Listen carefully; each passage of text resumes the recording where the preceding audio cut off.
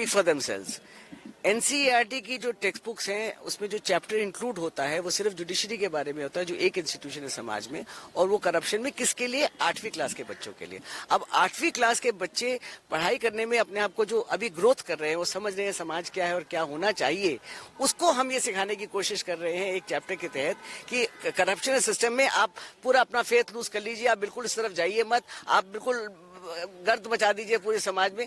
This is what we are teaching. हमें जो सिखाना है बच्चों को, जो सिखाना चाहिए, वो जो प्रोग्रेस की चीजें हैं, जो माइंड की मैच्योरिटी की चीजें हैं, जो सेवा भाव है, ये चीजें हमें दिखानी है बच्चों को, और ये हम उनको लाके दिखा रहे हैं। तो फैक्ट स्पीक फॉर देमसेल्व्स कि आप जो सिखा रहे हैं वो सिर्फ एक जुडिशरी इंस्टीट्यूशन को लेकर आपने आगे कर दिया है। हमने कभी नहीं सुना किसी भी, हम अपने आप लॉ स्कूल में पढ़े हैं, इंस्टीट्यूशन में पढ़े, हमें हमेशा ये सिखाया जाता है क्या करना चाहिए, क्या चीज गलत है उस तरीके से नहीं, but what is right to do, go towards that direction, और वो भी वैल्यू सिस्टम में।